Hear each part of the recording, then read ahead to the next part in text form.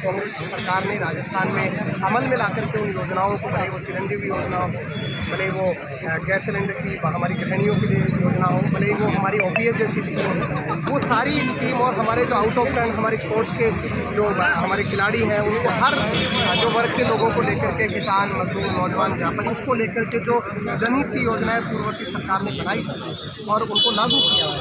वो योजनाएं चलती रहे। ये योजना कभी किसी कांग्रेस और BJP की नहीं होती, योजनाएं जनता की होती है और भारतीय जनता पार्टी की सरकार को, राजस्थान की सरकार को इस बात को ध्यान में रखना होगा कि योजना किसी पार्टी की नहीं है, योजना जनता की होती है और जनहित की जो योजनाएं हैं उनको वो रखें, हमारा उनको पूरा समर्थन रहेगा। अगर वो कुछ ऐसा काम, ऐसी योजनाएं लेकर के आते हैं जो जनता के हित में नहीं है, जिस प्रकार के काले कानून केंद्र सरकार किसानों के विरुद्ध लेकर के आई, जिसके विरोध में पूरे देश में किसानों ने बड़ा आंदोलन किया, आज जिस प्रकार से देश के लोकतंत्र की हत्या करी जा रही है, इतनी बड़ी संख्या में सांसदों को लोकसभा से सस्पेंड किया जा रहा है, राज्यसभा से सस्पेंड किया जा रहा है, तो ऐसी घटनाएं नहीं हो करके लोकतंत्र को मजबूत बनाने का काम हो, जिसमें राजस्थान राज्य का पूरे देश का महत्वपूर्ण राज्य है, जिसमें सभापति वासुदेव जी अच्छी भूमिका निभाते हुए बिना किसी रात के सदन को चलाए। ऐसी बात बीजेपी नेता प्रतिपक्ष का चयन होना है, क्या मानना है आपका? युवा चेहरा होना चाहिए, अनुभवी होना चाहिए ताकि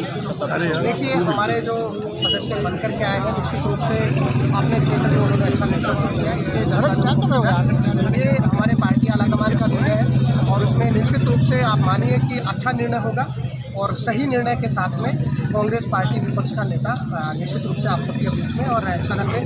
एक सवाल और बीजेपी नेताओं ने आज राहुल गांधी का देखिए आप उपराष्ट्रपति जी का जो विषय या जो मुझे बताना चाहिए, मैं महामहिम है और मुझे इस बारे में बहुत ज़्यादा टिप्पणी नहीं करनी, लेकिन इस प्रकार का अगर राहुल जी को लेकर के ये तो सबका कुछ न कुछ चलता रहता है। मुझे लग रहा है कि या तो कानून अगर कोई देश में हो तो सबके लिए लागू हो और इस विषय में सबको समान रूप से ये समझा जाए कि